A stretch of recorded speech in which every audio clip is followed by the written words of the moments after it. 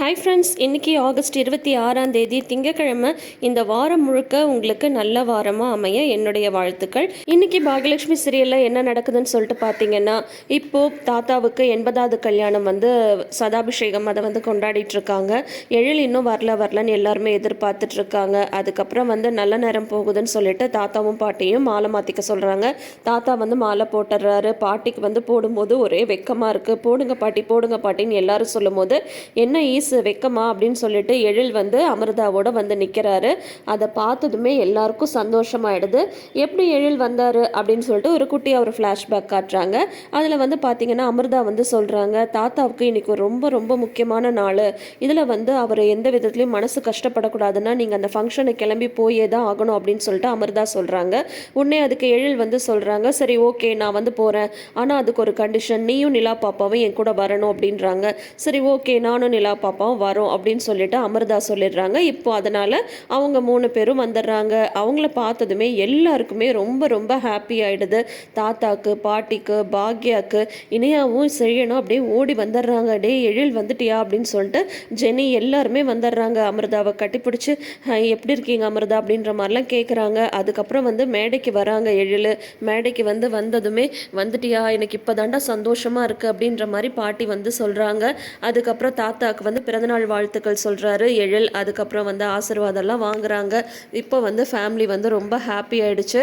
அதுக்கப்புறம் எழிலை பார்த்து பாக்யா வா அப்படின்னு தலையை தான் ஆட்டுறாங்க. உடனே எழில் முகத்தில் அப்படி ஒரு சந்தோஷம், பூரிப்பு எல்லாமே இருக்குது. உடனே நிலா பாப்பா இனியாட்ட போயிடுறாங்க. இனியா நிலா பாப்பாவை ஸ்டேஜுக்கு தூக்கிட்டு போனது. உடனே பாக்யா நிலாவெல்லாம் கொஞ்சுறாங்க. இந்த மாதிரி ஹாப்பி மூமெண்ட்ஸாக போயிட்டுருக்கு. உடனே இவர் பழனிசாமிக்குமே ரொம்ப ஹாப்பி ஆகிடுது. தம்பி எப்படி இருக்கீங்க என்ன அப்படின்ற மாதிரிலாம் எல்லார் முகத்துலேயும் ஒரே சந்தோஷம். செல்விக்கு எல்லாருக்குமே. இங்கே பார்த்தீங்கன்னா கோபி மறுபடியும் கால் பண்ணிகிட்டே இருக்காரு.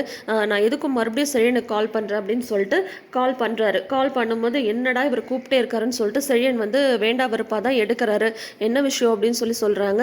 ஏய் சரியா, நான் பார்த்தேன்டா, எங்கடா எல்லாரும் சந்தோஷமாக ஃபேமிலியாக கிளம்பி போனீங்க, ஏண்டா எழில் வீட்டை விட்டு போயிட்டா அந்த வருத்தெல்லாம் உங்களுக்கு கொஞ்சம் கூட இல்லாமல் அப்படி எங்கடா எல்லாம் ஃபேமிலியாக கிளம்பி போனீங்க அப்படின்னு சொல்கிறாங்க. அதோ பாருங்க, எழில் வீட்டை விட்டு போனதில் உங்களை விட எங்களுக்கு தான் ரொம்ப ரொம்ப வருத்தம். அதுக்காக தாத்தாவோட பிறந்த நாளை கொண்டாடாமல் இருக்க முடியுமா அப்படின்னு சொல்கிறாங்க.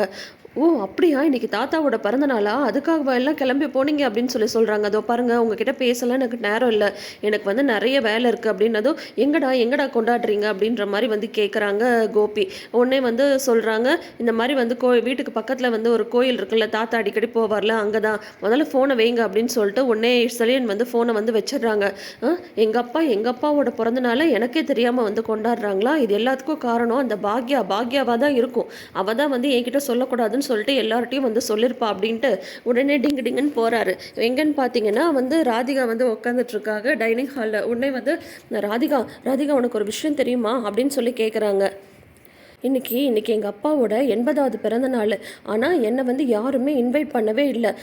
பாத்தியா என்னெல்லாம் பண்ணுறாங்கன்னு சொல்லிட்டு, இது எல்லாத்துக்கும் காரணம் அந்த பாக்யா தான் சொல்லியிருப்பா, என்னை கூப்பிடக்கூடாது அப்படின்ற மாதிரி சொல்லியிருப்பா. அதுக்காக நான் போகாமல் இருக்க முடியுமா, விட முடியுமா அப்படின்ற மாதிரி எல்லாம் அப்படியே டென்ஷன் ஆகி பதட்டத்தோடு சொல்கிறாரு. உடனே ராதிகா ரொம்ப கூலாக சொல்கிறாங்க, இதில் நீங்கள் டென்ஷன் ஆகிறதுக்கோ பதட்டப்படுறதுக்கோ என்ன இருக்குது, என்ன அந்த வீட்டில் என்ன நடந்தாலும் அவங்க யாரும் உங்களை கண்டுக்கிறது இல்லைன்றது தெரிஞ்ச விஷயம் தானே. அது இல்லாமல் இன்னொரு விஷயம், இப்போ உங்களோட முன்னாள் மனைவிக்கு தெரிஞ்சிருக்கு உங்கள் அப்பாவோட பிறந்தநாள்னு சொல்லிட்டு, நீங்கள் அவர் பெத்த பையன் தானே, உங்களுக்கு தெரியாதா அப்படின்னு சொல்லிட்டு நறுக்குன்னு ஒரு கேள்வி கேட்குறாங்க ராதிகா. உடனே அது வேறு விஷயம், இருந்தாலும் இந்த மாதிரி 80வது பிறந்தநாள் கொண்டாடுறாங்கன்னு என்கிட்ட சொல்ல வேண்டாமா, முடியாது, நான் போகாமல் இருக்க மாட்டேன், யார் என்ன சொன்னாலும் சரி என்ன பண்ணாலும் சரி, ஒரு மகனாக நான் அங்கே போய் நிற்பேன், எல்லாமே செஞ்சுட்டு தான் வருவேன், யார் என்ன சொல்கிறாங்க நான் பார்க்குறேன். அப்புறம் ராதிகா, நான் ஒருத்த மட்டும் போனால் நல்லா இருக்காது, நீயும் வா நம்ம போகலாம் அப்படின்னு சொல்கிறாங்க. எதுக்கு, உங்களோட சேர்ந்து நானும் அவமானப்பட்டுட்டு வர்றதுக்கா? கண்டிப்பாக அங்கே இனியாலேருந்து உங்கள் அப்பா வரைக்கும் எல்லாருமே உங்களை அவமானப்படுத்த தான் போகிறாங்க. அதை நீங்கள் அனுபவிக்கிறது மட்டும் இல்லாமல் நானும் அங்கே தலை குடிஞ்சு வரணும், அதெல்லாம் என்னால் முடியாது, நான் வரமாட்டேன் அப்படின்றாங்க. என்ன ராதிகா நீ என்ன இப்படி சொல்லிட்ட, உன்னோட ஹஸ்பண்டோட அப்பா அவர், உன்னோட மாமனார், அவரோட பிறந்த நாளைக்கு நீ வர வேண்டாமா, வா நம்ம 2 பேரும் ஜோடியாக போய் ஆசீர்வாதம் வாங்கிட்டு வரலாம் அப்படின்னு சொல்கிறாங்க. முடியாது கோபி, என்னால் அங்கே வந்தாலும் அசிங்கப்பட முடியாது, முடியாது, நீங்கள் என்னவோ பண்ணிட்டு போங்க, நான் அதை கேட்க மாட்டேன், ஆனால் என்னை வந்து கூப்பிடாதீங்க அப்படின்னு சொல்லி அவங்க பாட்டி போயிடுறாங்க, உள்ளே போயிடுறாங்க ராதிகா சொல்லிட்டு. உடனே வந்து யார் வந்தாலும் வரலனாலும் நான் கண்டிப்பாக போக தான் போகிறேன், அங்கே போய் எல்லாமே நான் வந்து இன்னும் செய்ய தான் போகிறேன், அதோ இப்பயே கிளம்புறேன் அப்படின்னு சொல்லிட்டு அப்படியே வீராவேசமாக அந்த பாகியலட்சுமியை உண்டு இல்லைன்னு ஆக்குறேன், அவளை போய் ஒரு வழி பண்ணாமல் விட மாட்டேன் அப்படின்னு சொல்லிட்டு இங்கேருந்து கங்கணம் கட்டிட்டு அவர் அங்கே கிளம்புறாரு. அங்கே கோயிலில் வந்து பார்த்தீங்கன்னா அந்த சதாபிஷேகம் வந்து நடந்துட்டுருக்கு. அப்போ வந்து பாக்யா வந்து தாத்தா பாட்டிக்கு வந்து அந்த சல்லடையிலலாம் தண்ணி ஊற்றுவாங்கல்ல, வரிசையாக எல்லாருமே வந்து ஊற்றிட்டுருக்காங்க. அதை பார்த்ததுமே வந்து கோபிக்கு வந்து நம்மளை விட்டுட்டு செய்கிறப்பார் அப்படின்ற மாதிரி ஒரே ஆத்திரமாக வருது. ஃபங்க்ஷனுக்கு ஜெனியோட அப்பா எல்லாருமே வந்திருக்காங்க, ரொம்ப சந்தோஷமாக எல்லாரும் கலந்துட்டுருக்காங்க. அதுக்கப்புறம் அந்த சதாபிஷேகம் முடிஞ்சு எந்திரிக்க போகிறாங்க தாத்தாவும் பாட்டியும். அப்போ வந்து இவர் போகிறாரு, அம்மா அப்பா அப்படின்னு சொல்லிட்டு போகிறாங்க. அப்புறம் அவங்கள பார்த்ததுமே கோபியை பார்த்ததும் தாத்தாக்கும் சரி பாட்டிக்கும் சரி அவ்வளோ ஆத்திரம் வருது. டே உன்னை யாருடா இங்கே வர சொன்னது, உன்னை யார் இவனை யார் இங்கே கூப்பிட்டது அப்படின்ற மாதிரிலாம் உன்னை தாத்தா வந்து கேட்குறாங்க. நாங்கள் 2 பேரும் சந்தோஷமாக இருந்தால் உனக்கு அது பிடிக்கவே பிடிக்காதா, எதுக்காக இப்போ இங்கே வந்த அப்படின்னு சொல்லிட்டு பாட்டியும் திட்டுறாங்க, தாத்தாவும் திட்டுறாங்க.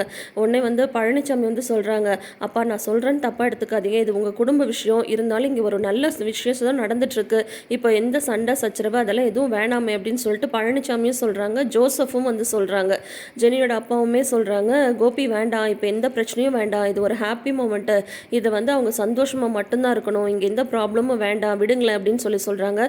அது எப்படி சார், இது எங்கள் அப்பாவோட பிறந்தநாள், நான் எப்படி வராமல் இருக்க முடியும், நான் இங்கே தான் இருப்பேன், யார் என்ன சொன்னாலும் நான் இங்கேருந்து போக மாட்டேன், கடைசி வரைக்கும் இந்த ஃபங்க்ஷன்லேருந்து எல்லாமே நான் அட்டன் பண்ணிட்டு தான் போவேன் அப்படின்றாங்க.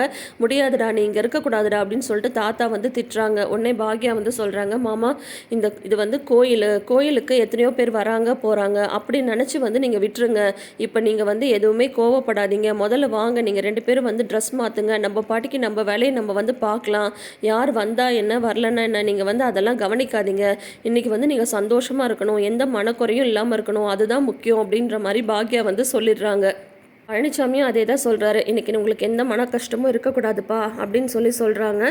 உடனே வந்து கோபி வந்து சொல்கிறாங்க, சார் இந்த விஷயத்தில் நீங்கள் ஒன்றும் தலையிடாதீங்க அப்படின்றாங்க. யாரடா நீ என்னடா சொல்கிறது, நீ வந்து இங்கே இருக்கக்கூடாதுன்னு சொல்லிட்டே இருக்க, சும்மா நீ பாட்டிக்கு பேசிட்டே இருக்க அப்படின்றாரு தாத்தா.